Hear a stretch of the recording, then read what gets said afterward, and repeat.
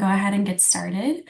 Good morning, everyone. Welcome. My name is Christy Allen. I am the Knowledge Translation and Implementation Coordinator with the Waypoint Research Institute, and I'm very pleased to welcome you to this morning's Waypoint Talks session. This session is presented by Dr. T.K. Logan, and it's about assessing and addressing the hidden crime of stalking and implications for coercive control. We want to start off with a land acknowledgement. The Waypoint Research Institute is located on the traditional territory of the Anishinaabeg, which include the Odawa, Ojibwe, and the Potawatomi nations, collectively known as the Three Fires Confederacy, the Haudenosaunee, Huron, Wendat, and Métis people. We acknowledge and affirm our commitment to improving relationships between nations and to improving equity for Indigenous communities residing in the central north region of Ontario. So welcome to Waypoint Talks. This is a virtual webinar series hosted by the Waypoint Research Institute, aiming to highlight the practical implications of research projects. We also have a complementary series or stream around building your research toolkit. So we aim to highlight best practices used in mental health research, quality improvement, and program implementation. And these events are open to all who are interested in learning about emerging research, best practices, and clinical innovation. Just a couple housekeeping notes as we get started. Waypoint Talks is hosted as a Zoom webinar, so we encourage you to use the chat box and Q&A function throughout to connect with speakers and fellow attendees. And we will keep track of any questions that you add to the chat or Q&A during the session, and then we will dedicate some time at the end for Q&A. We will also share the recording and slides post-event on the Waypoint Research Institute website and also the CELIA website, so we will share a little bit more about that. We ask that you please complete our post-event survey to share your feedback. This really helps inform future events. Also, attendance, keep an eye out. Thank you, Christy. For this Waypoint Talks fall series on coercive control is part of a project on understanding, defining, and assessing coercive control. And this project is supported in part by funding from the Social Sciences and Humanities Research Council. The goals of our project include connecting academic and community-based researchers to identify knowledge gaps, research directions, and opportunities for cross-disciplinary research on coercive control in Canada, and also engaging the broader public in discussing these issues. And a first step in this project is to enhance knowledge of how coercive control and related themes are studied and responded to outside of Canada. And I would like to thank the Waypoint Research Institute for its support of this work through this Waypoint Talk series. And now it's my pleasure to introduce today's speaker. Dr. T.K. Logan is a professor at the University of Kentucky, Department of Behavioral Science. Her research focuses on gender-based violence, including coercive control, sexual assault and stalking, firearm-related risks, personal safety planning, effectiveness of protective orders, and substance abuse disorder treatment program outcomes. Dr. Logan is an author on over 200 research articles and book chapters and serves on the editorial board of 4 journals. Dr. Logan's books include Women and Victimization, Contributing Factors, Interventions, and Implications, published by the American Psychological Association, and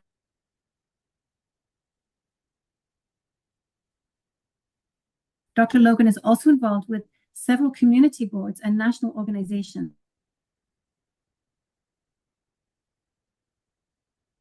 working to prevent gender-based violence. Zoe, you were freezing up a little bit. Are you ready for me?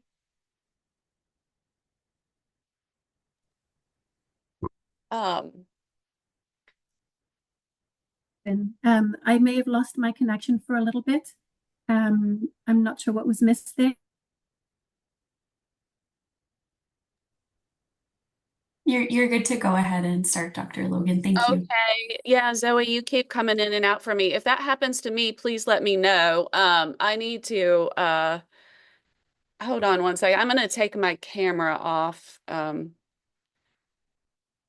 hopefully avoid also that. Well, I should say good morning, everyone. I'm so glad to be here and to be a part of this series. As I mentioned earlier, I think stalking gets left out a lot of times, and I particularly don't know how often stalking is thought of with regard to coercive control. So And we're just now really starting to do more exploration of that. And I have some kind of preliminary / pilot data to share today. And we're in the middle of doing some other more in-depth studies as well. So today I just want to talk a little bit about what is stalking and why does it matter, and then show you some of that pilot data that I kind of just talked about. And we have developed a framework to identify and assess stalking, so I'll share that today, as well as some challenges, both with identifying and assessing stalking, as well as within the framework we have, which come from some of the laws that we have in the US about stalking. And then lastly, we've developed a stalking and harassment assessment and risk profile, what we call SHARP. And I'm going to demonstrate that if everybody's up for that. I Dr. was like, Logan, so sorry yes, to interrupt. We just can't see your slides just yet. you cannot see them? No, I think you need to share them. I'm so sorry. That's all Thank right, no problem. Well, thank you for okay, hang on. I thought I had done that. Now I can't get the screen up. Okay.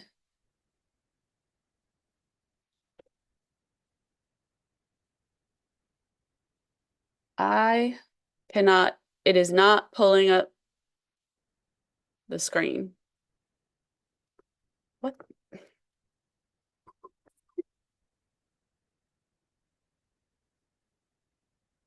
Oh, I may have to relog in. I cannot get the screen to pull up so that I can, oh, return to meeting. Okay.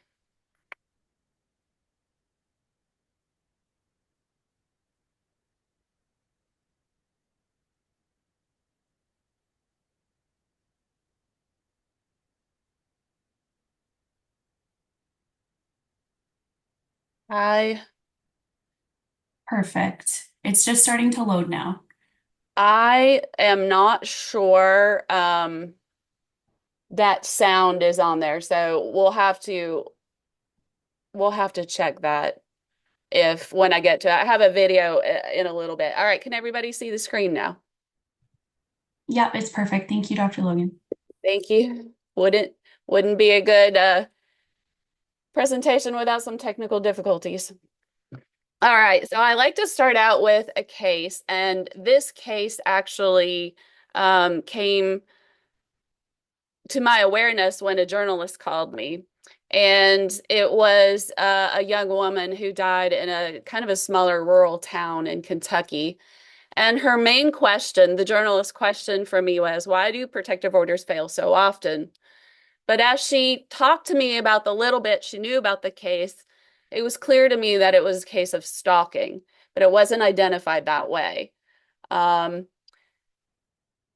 As the journalist mentioned, she had died in her home a few days after filing for protective order. But after we got off the phone, I pulled up the media article because the journalist had not heard of stalking. No one talked about it in relation to this case. But a police officer who gave an interview to the media had this statement in the media article. Getting away where you're not able to be located is probably the best potential solution. And that is clear to me that that was a stalking case. And also interesting that he saw that as the only solution. Today, the family have purple benches, several of them over that town in her memory. But when I looked a little bit deeper into the case, as I mentioned, the officials did not recognize what was happening as stalking. The day after the temporary protective order was issued, he damaged her property and he was arrested. Because he was on probation for DUI, the arrest could have been a probation violation that could have kept him in jail for up to 1 year. However, there was some miscommunication, and so that didn't get signed until almost a week after he bonded out of jail and after her death. Interestingly, also, she hid from the family the abuse and the fear she had while she was in that relationship. So even though her family knew after she had broken up that she was scared, they didn't have the full story. They didn't have the full context. So in my opinion, this is just one of many examples that come out that are missed opportunities for identifying and treating a case as if there were stalking involved. This is just some of the most recent data from the US. It is much higher for men in particular, and definitely higher for women with this most recent survey.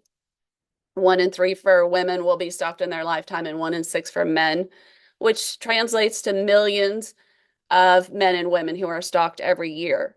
And stalking costs society a lot of money. There's a lot of costs associated with it. Both the police coming out, protective orders, property damage, work lost and missed. Just when you take it all together, it is a lot. We also know that exposure to stalking varies not only by gender, but by race, ethnicity, and also by sexual identity.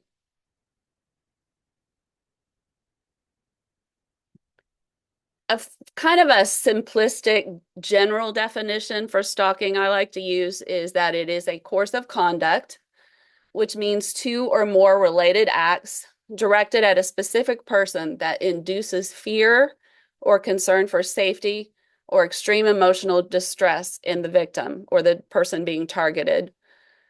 What I like to say is, stalking is not random violence. It's targeted violence. It is systemic, it is systematic, deliberate, and intentional set of tactics designed to maintain an unwanted relationship with the target. The interesting thing about stalking is it doesn't necessarily have to be partner or ex-partner stalking. It can be acquaintance and stranger as well. But regardless of whatever that relationship was before, they are now in this unwanted relationship. The stalking threat itself is associated with no control. So victims cannot stop the stalking behavior with anything they do. They don't have control. They have no predictability. So they never know when the stalker is going to show up, what the stalker is going to do, what's going to happen next. And that makes it really hard to work with a stalking victim because doing something, you worry, could escalate the stalking. But at the same time, doing nothing can escalate the stalking, which means it's very difficult to have any kind of certainty with how to prepare, how to cope. But the good news is that certainty piece, that is where we can help stalking victims. We also, as helpers, even if you put the stalker in jail or prison, that doesn't guarantee the stalking is going to stop. It certainly gives distance so that no potential lethal violence could take place, but it doesn't necessarily stop the stalking behavior itself. So we have to figure out where is that wiggle room? Where can we help victims?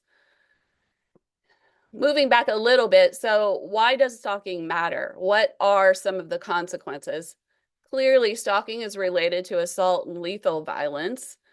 There's at least one study, this is the Campbell study, that showed 80 to 90% of partner homicide or attempted homicide victims had been stalked in the year prior to that lethal violence. But I always ask an audience, if you had the opportunity to, if you were being stalked and you had a choice, you could be assaulted and never be stalked again, or never assaulted, just stalking for many years. Which would you choose?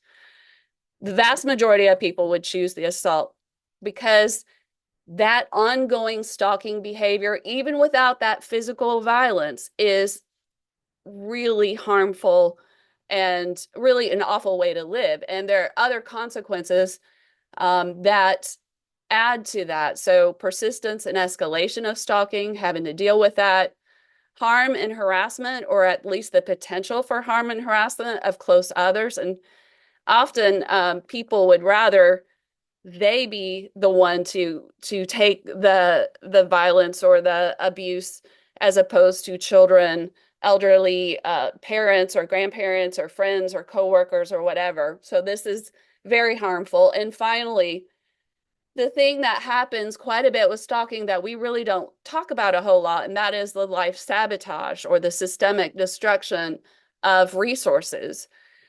And in particular, using the conservation of resources theory, I think the opportunities, are you stalked and harassed at work? Are you going to try to change jobs?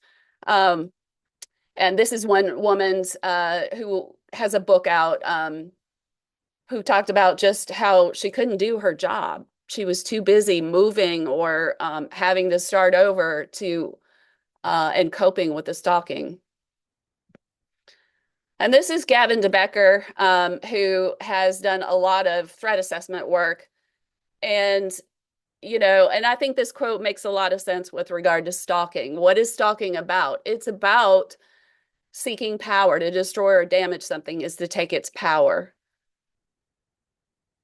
So as I mentioned earlier, the stalkers can be partners, current partners, ex-partners, acquaintances, and strangers. In particular, the dynamics with acquaintance stalking overlap a lot with the dynamics of partner, ex-partner stalking. But even when we think of partner stalkers or ex-partner stalkers, not all of them go on to stalk their victims. We have two different studies with, let's see, over 1,000 women. And what we found was only 50 to 60% of women abused by an intimate partner report ever being stalked by that partner. So then we started looking at, well, what are some differences? Those who were stalked definitely experienced more severe physical violence. They were also 3 times more likely to have been raped by that partner during the relationship. And although I didn't measure coercive control in a way that I felt comfortable publishing, I had a question or two about that in there in the survey, and it was associated with stalking the control items as well. This is a little pilot that we've done more recently, and you can see some of the numbers are very small, but we are starting to see this is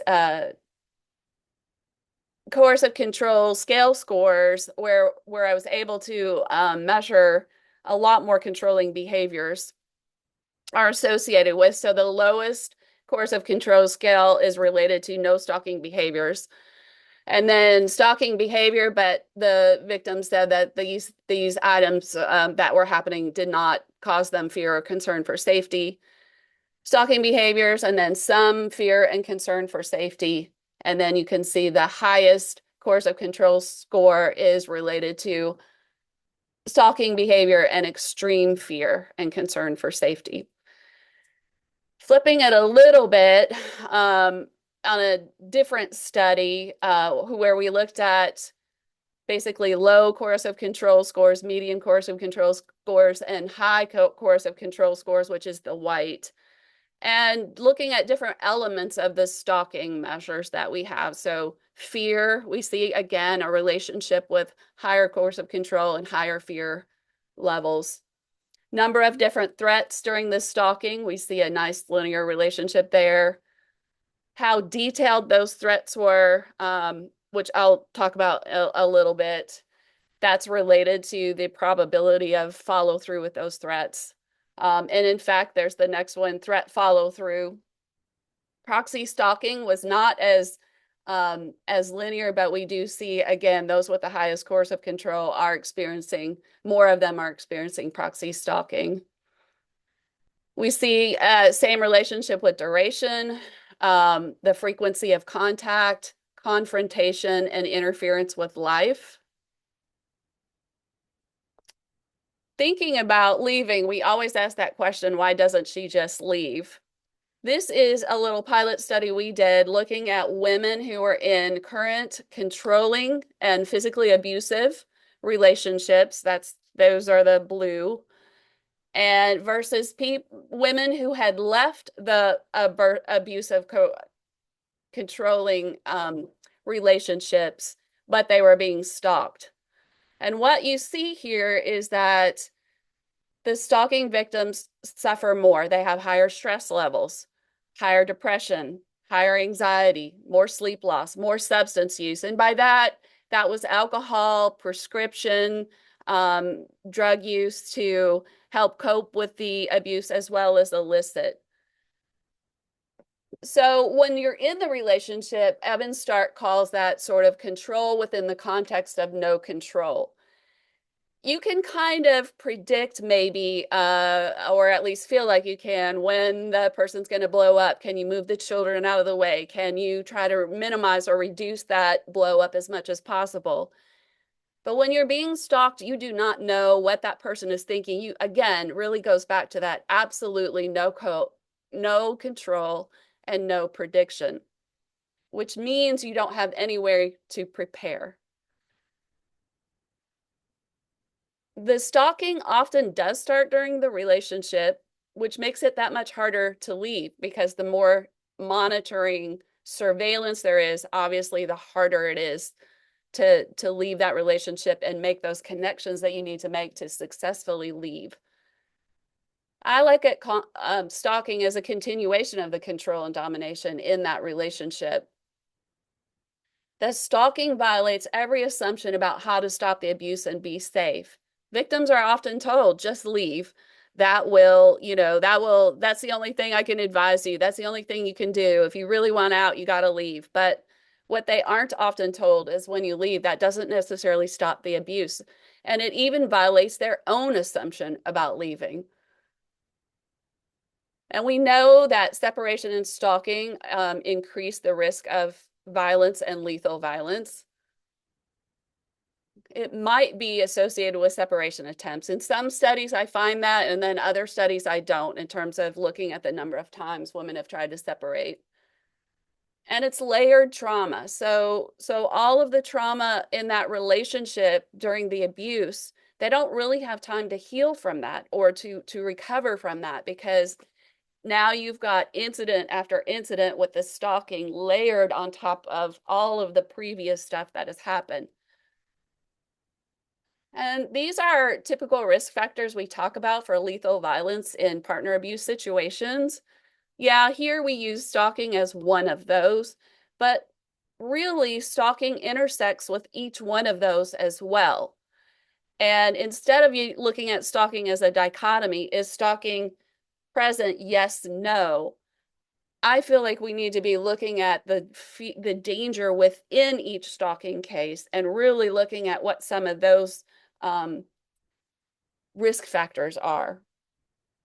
So again, we always ask, why doesn't she just leave? But we don't often ask, why doesn't he just leave her alone? Which to me is really the question we need to be asking when we're talking about stalking.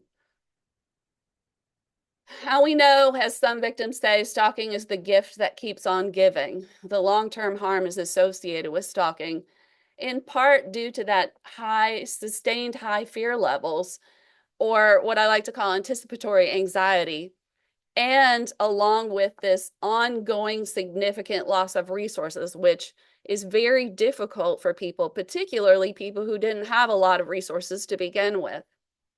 That means it's going to take that much longer to recover from the whole experience of being stalked once it stops, if it does. And yet, stalking is often minimized, denied, or dismissed when women do reach out for help. And there's good reason for that. Stalking is challenging. Help is often hard to get because it's difficult to understand for people who are helpers. Victims themselves don't always label it or recognize it as stalking. And even though I think a lot of professionals still to this day do not understand stalking, if they do understand it, they understand it in the partner/ex-partner context. So then those being stalked by acquaintances or strangers really have difficulty trying to get help. And there isn't a lot of information about stalking from those viewpoints. It's often difficult to articulate the stalking course of conduct. Often we focus on incidents rather than that big picture, and making it seem like these incidents are trivial or, even coincidental. I already sort of mentioned this, how only identifying stalking as present or not present, when I don't think that we should be stopping there.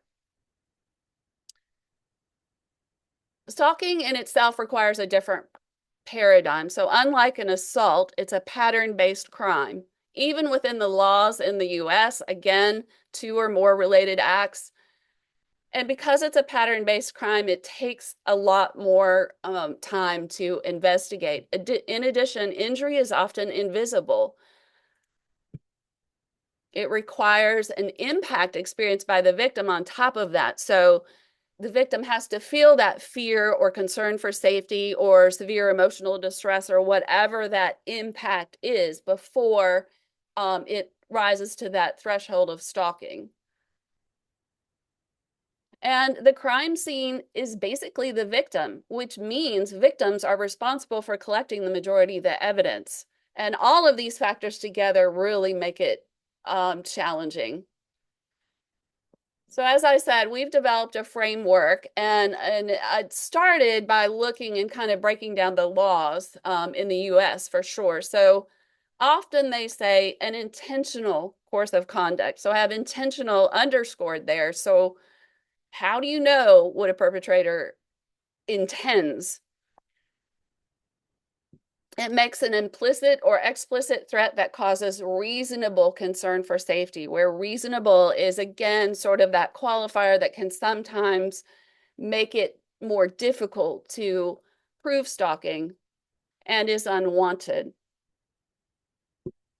So the first piece of that framework is to look at this idea of intentional course of conduct, or to describe that big picture.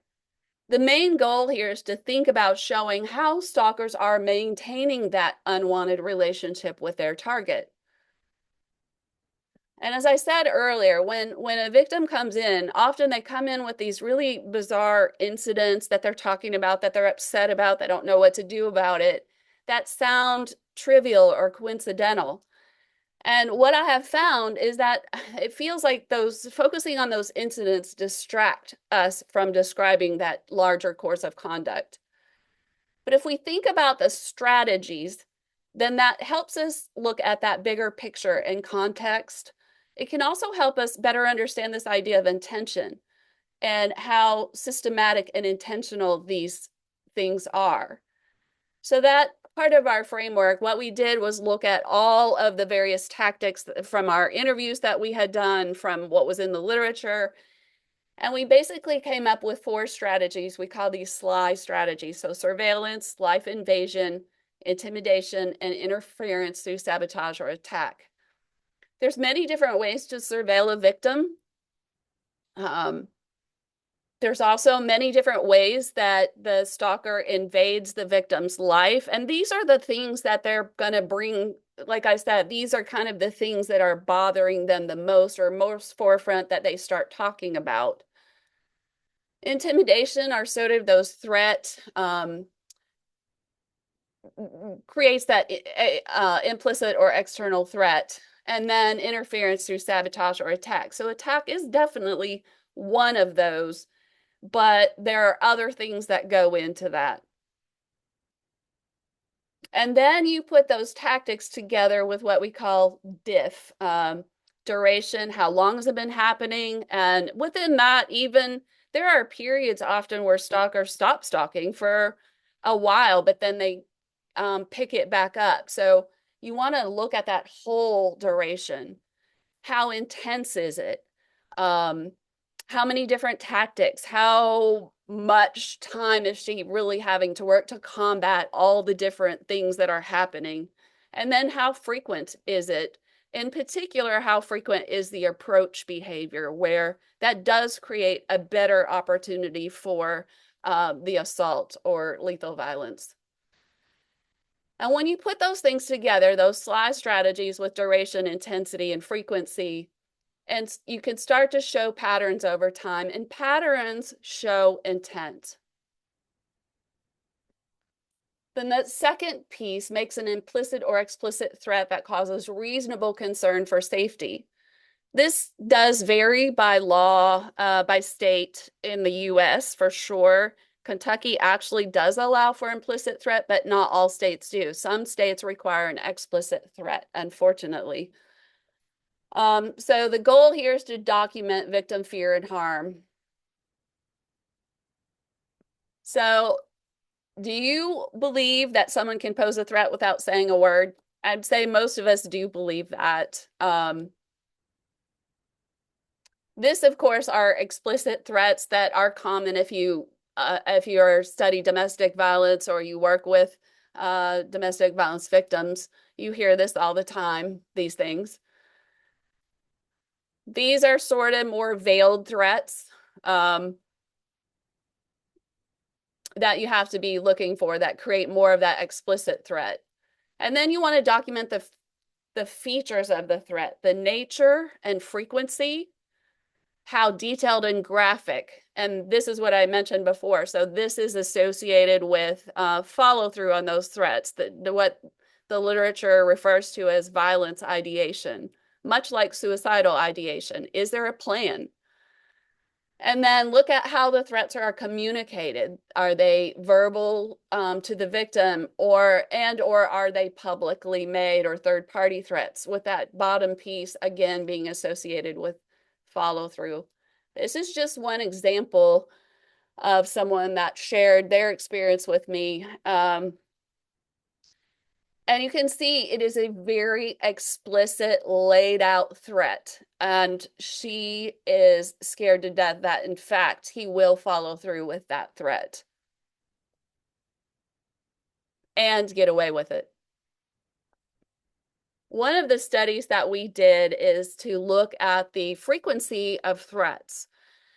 And that's the blue. So in the 6 months before these women got a protective order, we did it like a calendaring. So we knew how many threats they had made each month in that 6 months before. And then we broke them into no threats, moderate threats, and high threats, which were very high. But you can see that those high threats were associated with more physical violence, sexual violence, days of stalking behaviors, and increased distress. The interesting thing to me, though, is that just from sitting in court and watching these protective order hearings through these 2 studies that we did, which was a lot, it's almost like the more threats we heard about, the more, instead of tuning in, we tend to tune out. And I don't think that is what we should be doing. This is a huge risk factor.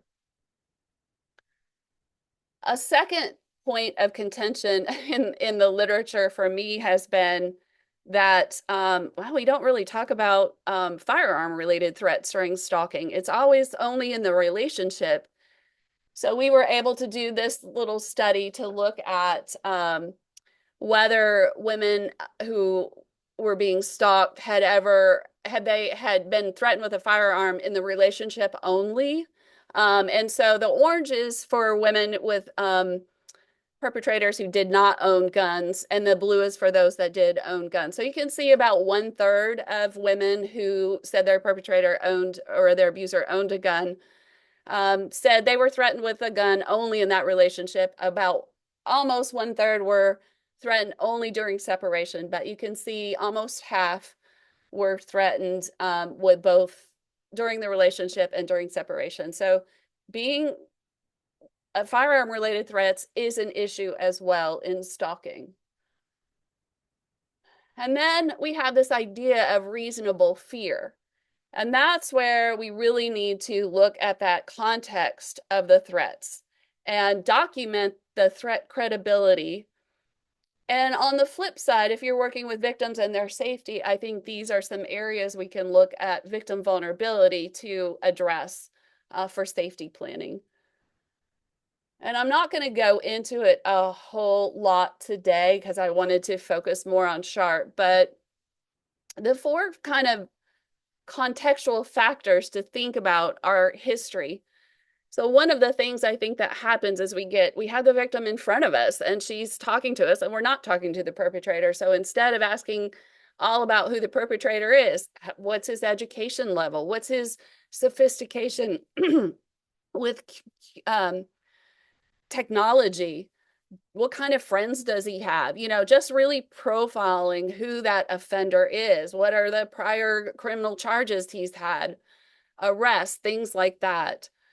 How is the environment helping or hurting the stalking? So Has he never been arrested, even though she's reported to the police? Because that's kind of builds his confidence that what he's doing is okay and he's going to get away with it. Is there proxy stalking involved, which is support for the stalking? What is his mindset? And there, the big cue is, in particular, stalkers who do not care if they die or go to jail. That is a big red flag, obviously, for violence. And then what is that interaction dynamic? What's happening? Not just what does she do, what does he do, but sort of more looking at that dynamic. So he does this, she responds this way, then how does he respond to that? Her safety, attempts at safety. And then documenting that the stalking is unwanted and what we call victim resistance and stalker persistence, much like I talked about the dynamic. Documenting, has she changed her phone and then he's gotten the phone number? Has she moved or staying somewhere else and now he's found where that is? Has she made accommodations at work and he's found a way to make her feel unsafe even though she's changed and had to ask for those accommodations? That again shows that it is unwanted and that these things are intentional, not accidental behaviors that are happening. Then thinking about, so what can you do? And really, we came up with this framework when I was training law enforcement officers because they don't have a ton of time to spend with victims, safety planning, or just even talking to them. So I kind of thought if you only had 5 minutes with a victim, what are the main things you want to talk about? So that is where this kind of comes from. This steps in response to SLI is what we like to call it. Identify and acknowledge stalking, avoid minimizing or downplaying the threats, evidence, thinking through safety, vulnerabilities for protection, and then support. So in this first part, see it and identify and acknowledge it as stalking. You might be the first person to actually put those pieces together for the victim, or if she does see it as that way, to validate her. But your reactions matter. This whole idea of start by believing is a simple one. And then focusing on the stalker, not just on the victims. And one of the things that I've noticed when stalking victims start telling their story is the questions are like, why did you call him back? Why did you get in the car with him if you were so scared? Well, we assume that victims know how to deal with a predator who is stalking them 24/7 when none of us actually know how to navigate that. They're going to try everything. They just want peace in their life. And so if that they, we've been taught our whole life that you make nice with somebody when you have conflict. You try to work it out. You try to explain your side. I mean, if you're being stalked, you're just desperate for that peace. And it may save their life. And this is just a mistake on this. I usually start with a different case. So this is, again, Kate Brennan. I had mentioned her earlier. She has that book. And she just talks about how even though she knew that they were going to have a difficult time building a case for prosecution with her stalker, she saw him, he had a lot of money and he was very sneaky. So I don't know that she had those expectations, but going to the police when she did made such a huge difference for her. As she said, they validated my experience. And while this might sound like a small thing, you'd be surprised at how many otherwise intelligent, sensitive people dismiss this crime as love or suspect the victim of exaggeration. More important to her, they offered very specific advice about how to increase her safety. And finally, they went to the stalker and let him know that if anything happened to her, they were going to hold him as the number one suspect. And this made all the difference for her in terms of not looking for an out like suicide or just giving up. So again, this idea of being believed is so important to women. The sharp this is the sharp I was talking about. And these are the two places you can access it that can help with some of this identifying and things like that. But we'll go over that a little bit later.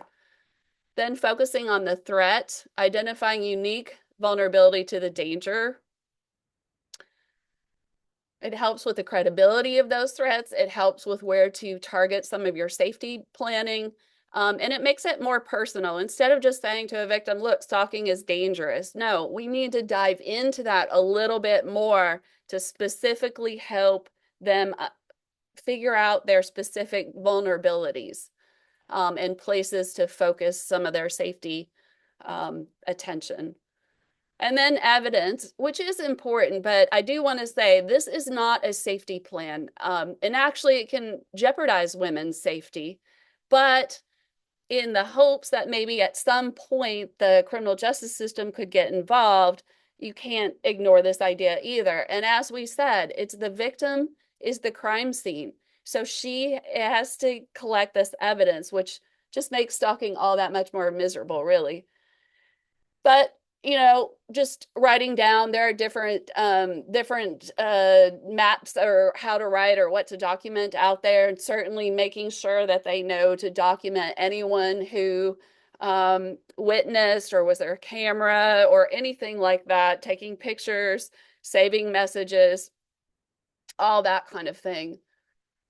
And then a second piece of this could be for a victim to write a victim impact statement about how the stalking has impacted their life, the cumulative harm this crime has had on them, and how it's ongoing. That can help people understand that invisible injury piece. Again, this is hard to do for many women or people being stalked, I should say.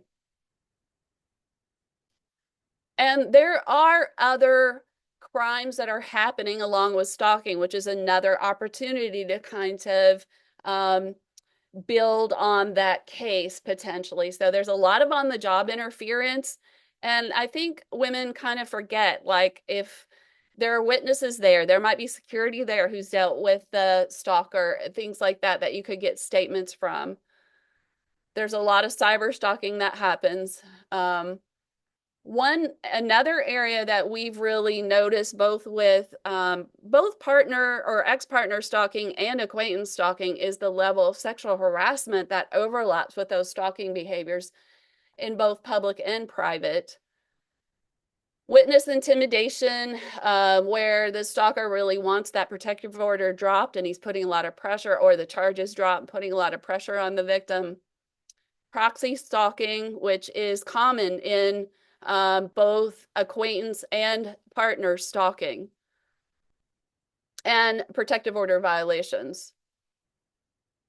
So when thinking about protection, again, as I mentioned, the victim has no control, no prediction, which means they do not know how necessarily to respond. And this is just this terrible feeling, but this is what we can use again to help women think about how to respond. The first goal here is to make it as absolutely difficult as possible for the stalker. We have a paper we just got published about really looking at this idea of safety scenario planning, where you take, and I'm just going to go through it very quickly today, but where you ask women, what are you most afraid of is going to happen? And you safety plan around that scenario. What is a twist thing? You think that it is so far out, you really don't think it'll happen, but you're still maybe thinking about that particular threat. What has happened in the past that either worked really well for you or didn't work? How can we kind of safety scenario plan around that? This is a piece of safety planning that I think really gets lost when we're talking about stalking. And I have asked many stalking victims when they come to talk to me about their experiences, what are you most afraid of? And they will not mention this, but when I ask them, what are you going to do the next time you see that stalker? Most of the time, the stalkers do like forced confrontations, or maybe it's just accidental. I don't know, but you're so dominated that and scared. It's like like being bullied to an extreme extent and then facing that bully. And women need to have a plan, or the people being stalked need to have a plan about what they will do when they see that stalker. So working with them about that. And in the US, in many protective order cases, that's a given where you're going to see that stalker. So helping them, again, scenario plan around what is that going to be like in the courtroom? What can you do? And just talking that through. And as part of safety planning, we don't talk about that a lot, but as I said, one of the biggest harms of stalking is the sabotage of the victim's life. So that has to be included in safety planning as well. And another one I think we really overlook is just talking about safety within new potential intimate relationships. And the last component of our STEPS framework is support. And this is another woman who, this is through an email, just anonymous, that I thought she did such a great job of articulating this back and forth. So she would call an agency and then be told, call this other. She called it sort of that ping pong game, but she said, at the same time, sharing my stalker's latest abuses means talking without doing. There's no amount of changing myself that will curb my stalker's behavior. I'm not in charge, and if I were, I'd make him stop.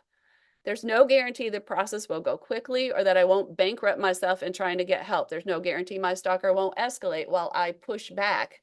There's no guarantee the court will side with me, and there's no guarantee, assuming the court sides with me, my stalker will stop. Basically, right now, I'm forced to be a victim, and I feel trapped.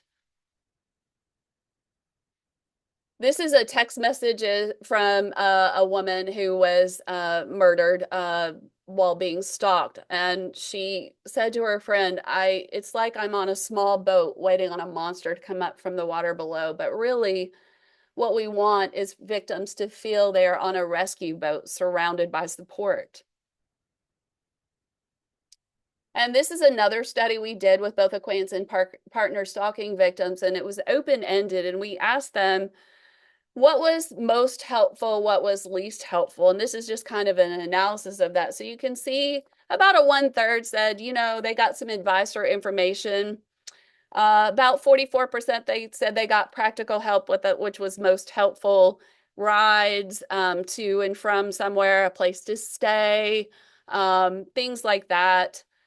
But 72% said what was most helpful is just for someone to listen and to support them and to take their side.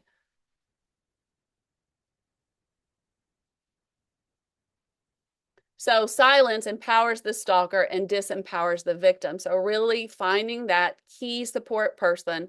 And, advocates are there for that, but they are not there 24/7. It's really important. I really advise that you find one friend, one relative, and teach them about stalking and safety planning as well, to be that main support person for the whoever's being targeted with stalking, if that's possible. They can help with documentation, so the victim can just call them, and then that documentation is maybe safe with them. And victims then don't have to relive all of the stuff they've been through every time they go to write something new. They can help with safety, emotional support, maybe being a witness, being persistent and making it as difficult as possible for that stalker. You have to be persistent in that goal, and that is something a support person can do. So this is where I'm going to talk a little bit more about the SHARP. And we have 3 goals basically. One, I wanted a tool to help assess that big picture, because that, like I said before, that seems very difficult to do. But we did come down and develop a risk profile to contextualize that threat and victim fear, basically to provide sound bites for victims so that they can explain really quickly. Because a lot of times people who are on the other side, judges, prosecutors, I don't know, they just don't have a lot of time, and they don't have a lot of time initially. So victims need to have those sound bites about why this case is alarming to them, why they are afraid, what is happening. Also, to help the people on the other side consider a larger range of harms. So these were our goals. And then just to educate users about the risks and offer some safety suggestions. I also see Sharp being used like just to help educate people, even if you're not experiencing it and you don't know anyone else. It's a really nice dynamic online tool to help educate yourself about what are those questions? What does that look like? What are the things that are happening potentially? We get lots of really good feedback about Sharp. This was just one example. Who really didn't think that it was going to work for her, but it did, and she really appreciated that. In the background, the first thing, and you'll see this, we're just asking for age, name or initials, the gender, the victim offender relationship, whether who's answering the question, the victim or a family, and so it's dynamic. So if it's the victim, the questions will say, did this happen to you? If it's someone on behalf of the victim, it will say, did these questions happen to TK or Ms. Logan, or however you put in to refer to the victim and the offender. And then we ask whether it's a real case or a practice case. And you can see this is sort of our framework and how we've divvied up some of the various questions. We also have 2 open-ended questions. And at the end, you get this narrative summary. We actually get 2 reports. And the first one is sort of a narrative summary. It's around 2 pages usually. It's in third person. It provides that risk profile. And we don't do any kind of scoring or anything like that, triage. We don't do that in this. I don't think that's appropriate. I think, again, for me, it's really about looking at those specific vulnerabilities or credibility for the threat, so that someone else can understand why those threats are scary to her. And it's also from the third party perspective, which is research has shown helps take out that personalization or that emotion, and gives you, even for the victim, so they can look at this at the bigger picture level. And many have said that's been helpful to them. And again, these are just the risk factor profiles that we have kind of broken down into the sections. And then that second report provides a safety management narrative. And this helps explain the why of the risk factor. So it's, again, a piece of that education. And then it does make some safety suggestions depending on how they responded using the STEPS framework. And it's usually a lot longer. So I have this case, and then I thought we would fill out the Sharp together. What I'm not sure, if you can let me know, because I'm not sure you'll be able to hear the sound here, but can you hear that? Chris, We didn't hear anything just yet, no.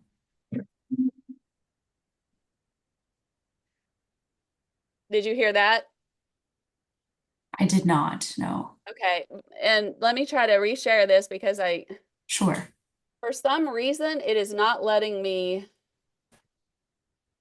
and I did it in the practice, but it's not letting me share sound. There should be an option just down in the lower right or left-hand corner that you tick off. There are options to tick. It will not let me do it. And I did it in the practice session, which is super weird. Well, let's see.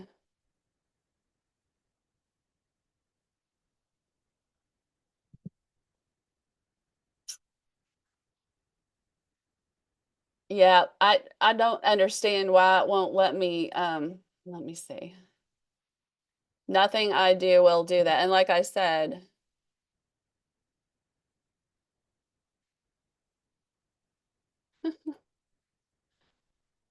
yeah, I did it in practice, so I don't understand. Well, that's okay. What we'll do is I won't be able to play the videos. We'll just go straight to the Sharp. So there are 2 ways to get to Sharp. You can go straight to it through that stalking risk website, or you can go to my coercive control website, where here It has frequently asked questions and a little bit more information about the SHARP, as well as some quick little fact sheets, 2-page fact sheets and things. But when you pull up the SHARP, this is the first page, which is just kind of some warnings. This is just about SHARP. Input, and we have a little bit about if people can't get Word documents. That's been a bit of an issue we're working on to try to improve right now about how to get the reports to people without having to go through a Word document, because apparently a lot of people are just have issues with that. This is just, again, letting people know it's a research-informed tool. It takes about 15 minutes. They have to acknowledge those. And then this is, like I said, talks about what kind of situation is being assessed. You can, again, put in offender name or initials. I am going to just put initials in here, but you can also say Mr. Salmons. You can put Mark, whatever you want, how old the offender is. You put in victim name or initials.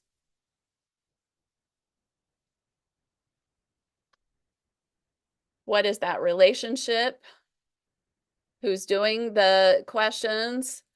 I'm going to do it on behalf of a target or victim, and I'm going to say it's a practice or test case, and then it asks what state I'm from. Whoops. And so the first few questions are sort of the brief SHARP that we call, or just the screening. So just, has he been surveilling in any way? The life invasion question, intimidation, and then sabotage.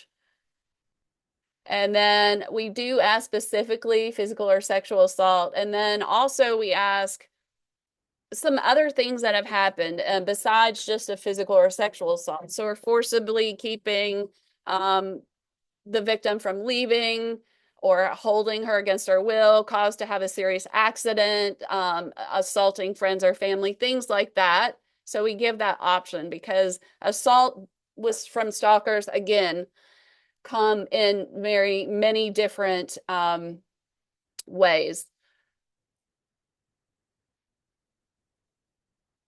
And then it's going to ask when it started,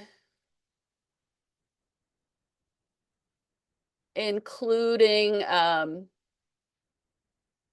then it'll just, are you sure? Has it been going on for this long, including time that the stalking or harassment might have stopped and then started again.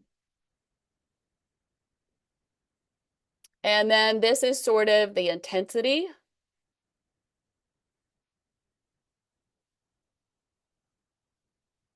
This is just kind of frequency. How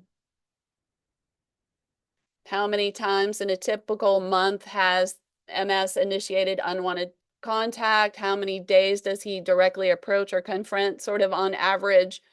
And then in a typical month, how many days does he interfere with life? When it's a partner or current or ex-partner, we do ask how many times they separated or broken up with that person. If it's acquaintance or any other relationship, we don't ask that question.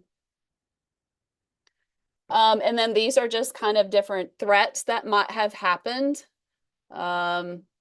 Physical harm, destroyed property, threatened with a gun, threatened to harm himself, threat follow through, and threatening friends or family members. These are just sort of some impacts. So concerned or afraid for safety, fear for others close to her. Have I had to make significant life changes because of the situation? Do I believe he's capable of harming me or others close to me? And am I afraid of a significant financial or social impact? And then this asks, has the stalker been clearly and directly notified of harassment and stalking, that it was unwanted?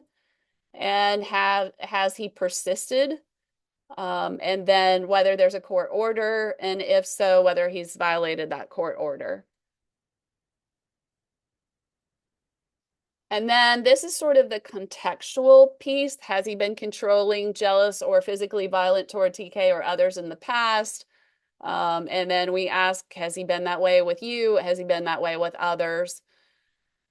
Has he threatened or used a weapon, choked or strangled, severely physically assaulted? So really getting at that severe violence.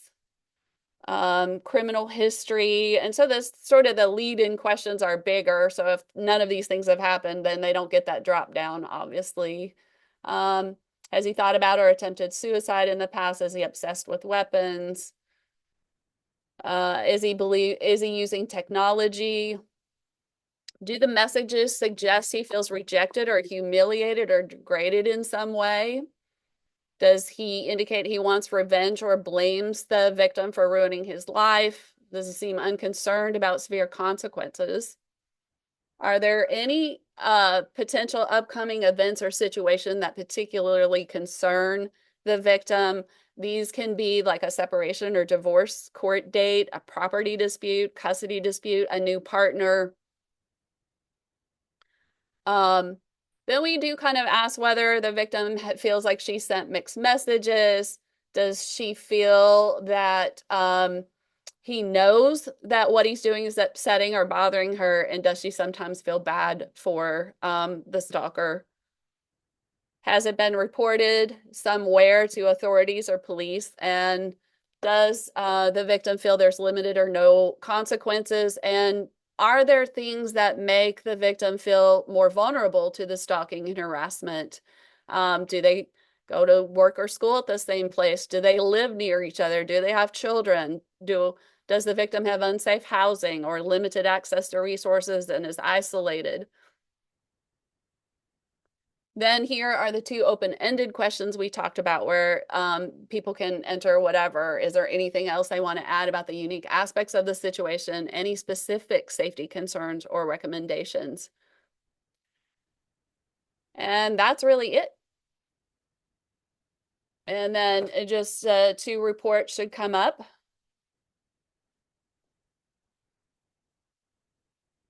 In just a few minutes.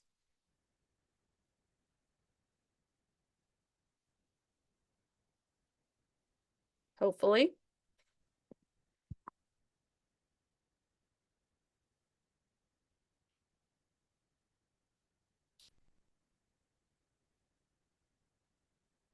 It feels like a really long time. We're all waiting for this, but I kind of showed you what those look like before.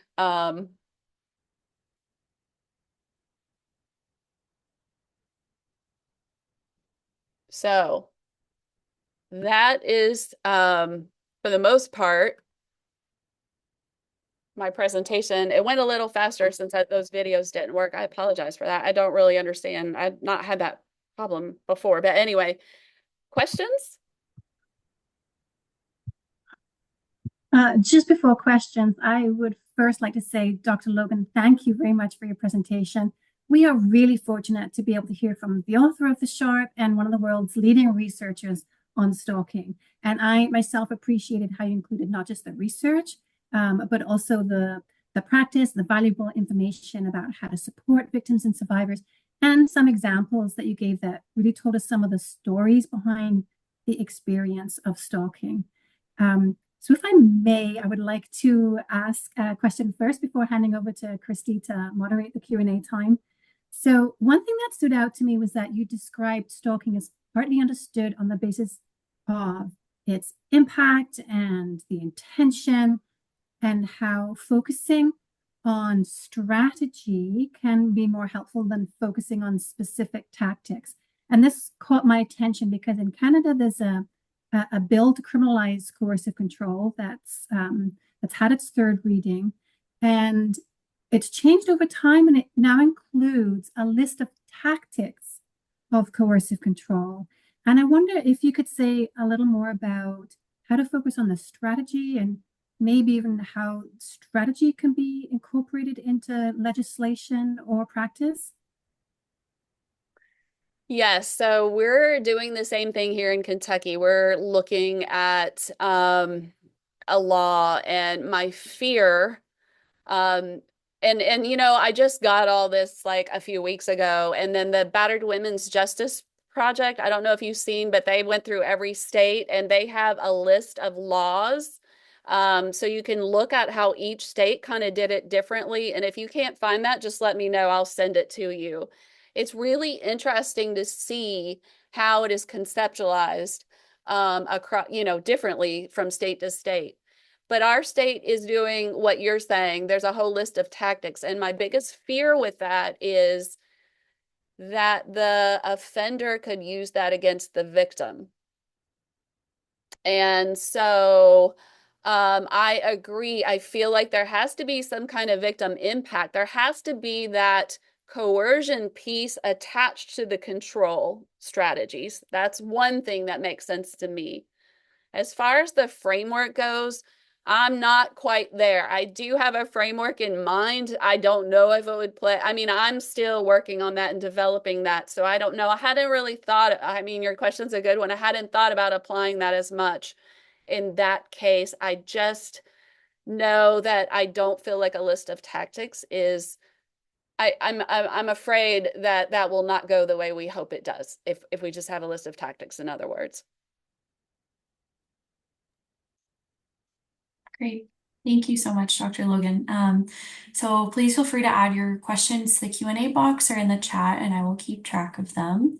Deborah, I see your hand is raised. I'm wondering if you can let us know if you're wanting to come off of mute and on camera. If so, we just need to do a couple things on the back end, or if you can add your question to the chat or Q&A. So you can send us a direct message and let us know. We do have one question from JD, wondering about the Sharp tool. So is there a version that isn't gendered? Yeah, what do you mean isn't gendered? So you can put the victim can be male. The victim can use the pronouns they them. Absolutely. It was a ton of programming, but yes, we have adapted all of that so that it's as open as possible, just like with who the perpetrator might be. We have all those relationships. I mean, for me, we need to address stalking at the larger point. It is not just about partner or ex-partner abuse related. It is bigger than that. Although, again, that partner, ex-partner, those are very dangerous cases. I don't mean to, and we know more about it because of those cases. But for me, addressing stalking at that larger level is important. And as I showed you earlier with sexual identity, yeah, those matter with exposure to stalking, as well as with trying to find help for stalking. Obviously, the more barriers, it's just another barrier potentially. That's great. Thank you so much. And yes, I think to your point in the chat, that was just the example that was input for this presentation, but that's fantastic that can be altered. I have a question that was coming to mind as you were speaking, and I'm wondering if you're seeing anything or any newer trends in relation to the internet and social media and kind of people putting their lives out there online and location sharing and all of that in relation to stalking. I'm wondering if you can speak to that at all. So, yes and no. So, obviously, the more we're all online, it gives the stalker another tool, really fantastic tool. He doesn't have to work as hard. You know, in Kentucky, when I first started out, we had what I call low-tech stalkers. And in the rural areas in particular, they would do things like crawl under a trailer and listen to everything that's being said, and she didn't know. Well, they don't have to do quite that much work if you're out there online, but it's just another tool. You can, and I believe our Stalking Resource Center in the US has like a slide. I've developed one too, like the slide, but all focused on online. So we have that somewhere with how you would break down the tactics, just looking at the online stuff. But I think the biggest issue with online stuff becomes how we respond to victims when they bring that to our attention. So, do you say get off completely? That's very hard for victims to do. And if you remember my little pilot study that showed how victims in the abusive, controlling relationship had a little bit of control within the context of no control. When they are online with that stalker, they feel like, well, at least I know he's here, or this is what he said. It's a little bit of information. So when you ask victims to get off completely, which is hard to do for many reasons, professional, family, I mean, now it's just super hard to do. You're also asking them to cut off all that information, which makes sense to us because we're not being stalked. But to them, some of them are okay with that, and some do not do well with that because they at least feel like they can take his temperature a little, his or her temperature at least a little bit. Yeah, That's absolutely. That very makes a good lot of question. sense. Yeah, very good. Yeah, that makes so much sense. And I think to all your points about documentation, another way to document what's happening, right? Absolutely. And I really appreciated that line of control within the context of no control, because that's such a great way to put it, and a real challenge. And I think something that we've been highlighting throughout the series as well. Another question for you. So you gave examples of people, even police, who still hold the victim responsible for stopping the stalking. Any ideas on why that might happen or what you think can be done to change this way of thinking? Well, I've been working on it for like 25 years. So, um, some days I get very depressed. I don't know. Again, making the victim, working with victims to kind of frame their speaking about things from the perpetrator's perspective to help influence those helpers' perceptions, asking them, having them ask police to, hey, at least look into this. Is this possible? I don't know at this point. I mean, training, we always say training, and training is important, but there has to be policy level changes, I believe, within an organization um, to really systematically respond to these crimes in a consistent way. You can train, but if you don't have that back piece and a supervisor who can also help connect the dots. Because I mean, it's sometimes I don't know that police officers even notice that. They might just think it's a protective order violation or violations, and they're not even thinking that. And I know we had a project in Lexington years ago. We got a little funding, and that's exactly what happened. The supervisor started going over all of these cases, and that is the person that ended up connecting the dots. So, yes, we had trained them before anyway, but it's you've got to stack these things. I feel like for meaningful change. But Yeah, that makes so much sense. Thank you. Um, there's a lot of compliments in the chat and appreciation for your presentation, and especially for the personal quotes and examples. And I just wanted to let folks know those we will have access to the presentation, so you can take a look at the video when the presentation slides are posted and go back to that as well. Perhaps one last question, unless any others come up, but I was wondering if you could talk about the connection to separation attempts, because I think you mentioned that that finding is a little bit varied across studies. So I'm wondering if you have any ideas on why that might be. well, I mean, anyone who's left a relationship that you've put some time and effort into, you have a property together, you have children together, you even have a pet together, you've been together for a while.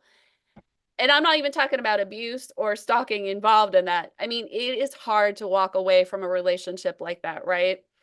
So then you add fear for the safety of your children, and then maybe the stalking. I mean, I always like to think of it three things women ask.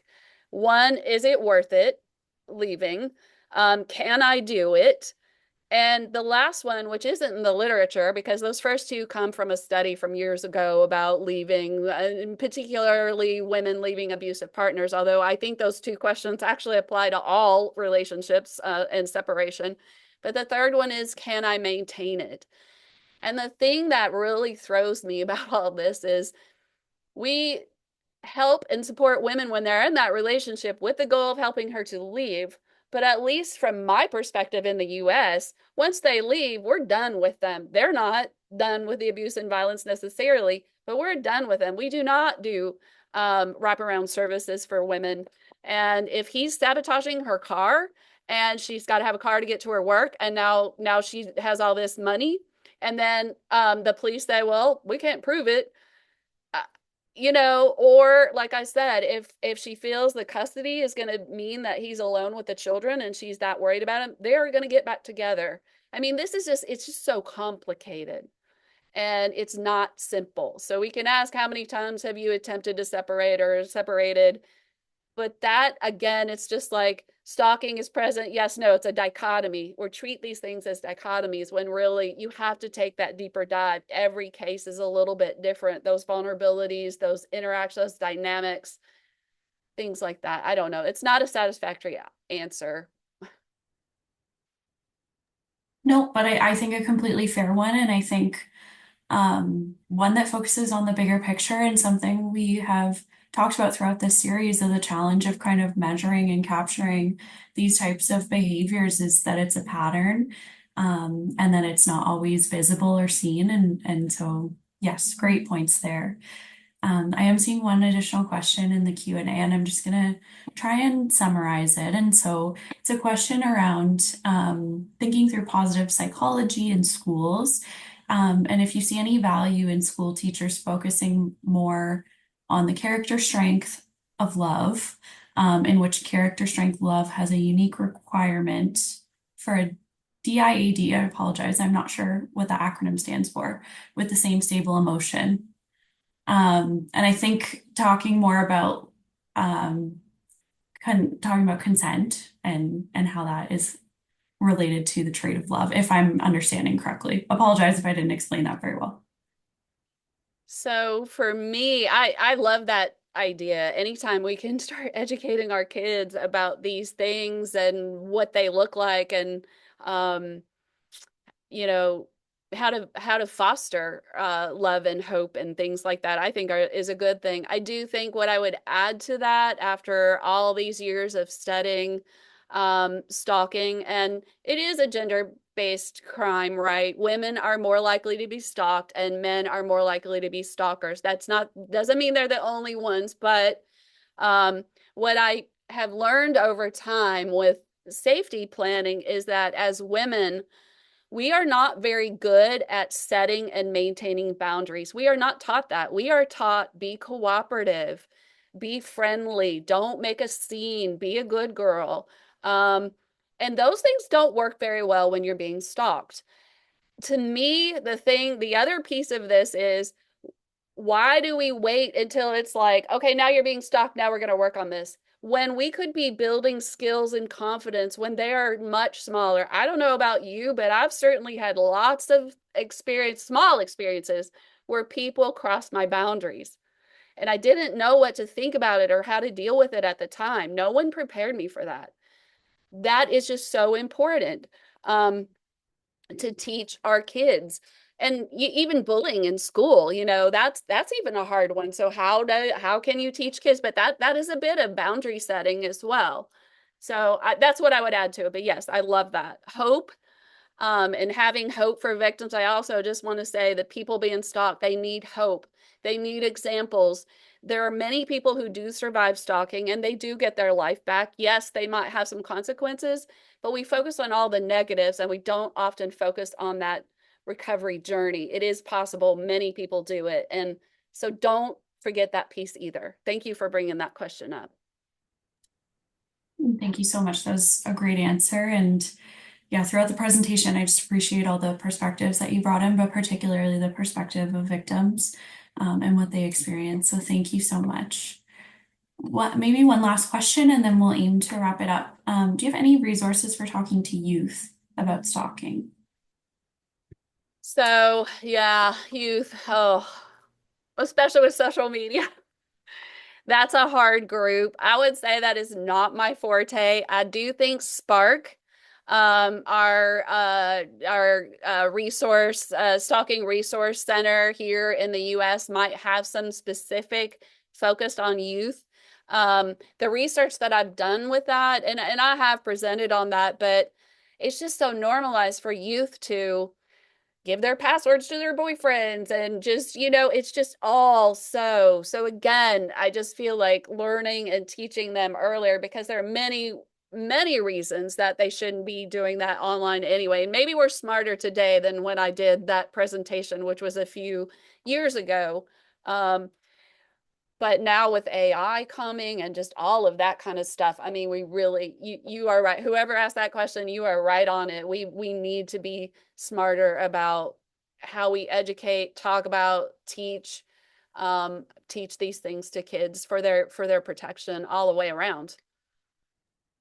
Yeah, absolutely. And another resource, a Canadian resource I can mention, is called PrevNet, and they really focus on healthy relationships and connections to the online world and all that sort of things for youth. So PrevNet is the name of that one.